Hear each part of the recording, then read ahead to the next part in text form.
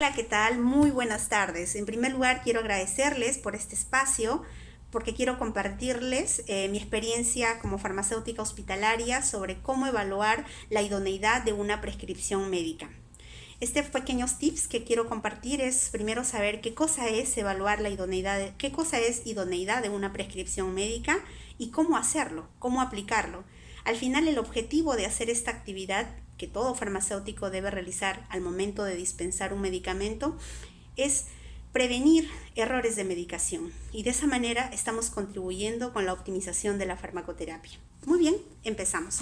Para ello, estoy en mi ambiente de trabajo. Quiero mostrarles una prescripción médica, una receta hospitalaria. El término de lo que es idoneidad de una prescripción, como dice su término, que el medicamento sea idóneo de acuerdo a ciertas características, ¿no? Tanto del medicamento como del paciente. Y abarca muchos puntos que luego los voy a detallar.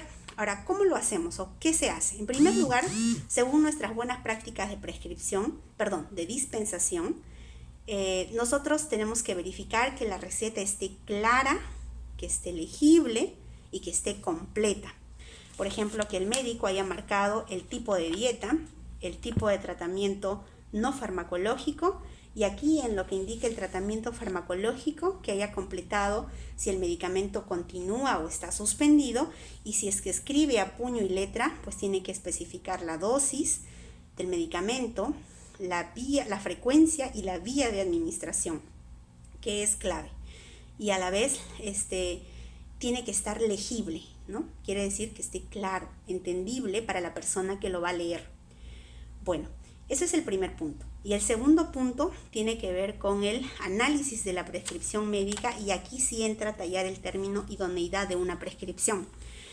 Es idoneidad del fármaco, de la dosis, la frecuencia y vía de administración.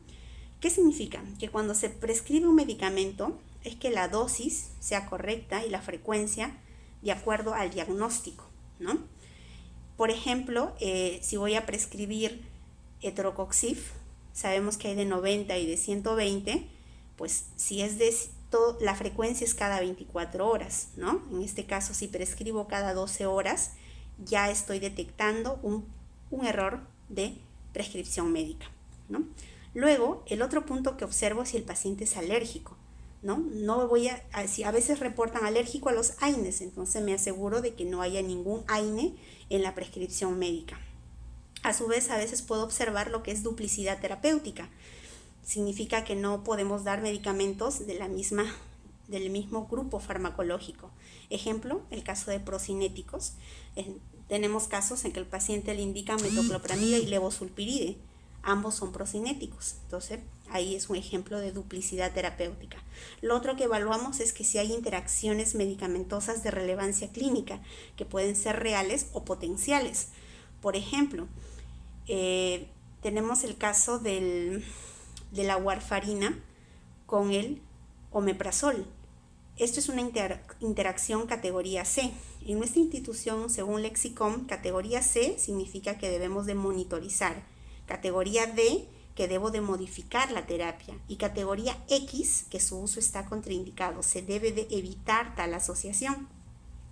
Entonces, para el caso que les estoy explicando, warfarina con omeprazol es una categoría C, ¿no? Nos indica de que aumentan las concentraciones plasmáticas de warfarina y el riesgo es una hemorragia. Entonces, es categoría C, pero por eso nosotros vamos monitorizando, y si observamos que el INR está por encima de lo normal, entonces podemos sugerir la suspensión. Una categoría X es el caso del meropenem con el picosulfato. Me dicen que no debemos asociar ambos medicamentos por el riesgo de inefectividad del picosulfato. Entonces ahí sí llamamos para decir que suspendan dicha asociación. Luego existen variaciones de uso del uso de acuerdo a los criterios del hospital, ¿no? Por ejemplo, el caso de los antibióticos por profilaxis. Sabemos que solamente se utilizan 24 horas después de la operación, a lo mucho, si es profiláctico. Entonces, si vemos que está de uso profiláctico y más días, pues llamamos para su suspensión. También tenemos que tener en cuenta el peso del paciente, la función renal, la función hepática, para poder en realidad hacer los ajustes de dosis. Hay casos en los que los pacientes, nosotros por nuestra experiencia hacemos muchas intervenciones de acuerdo al ajuste de dosis, ¿no? Y es muchas veces en base a su función renal. En este caso evaluamos el peso, el balance hídrico, o la albúmina, porque estos datos pueden alterar la farmacocinética de algunos medicamentos.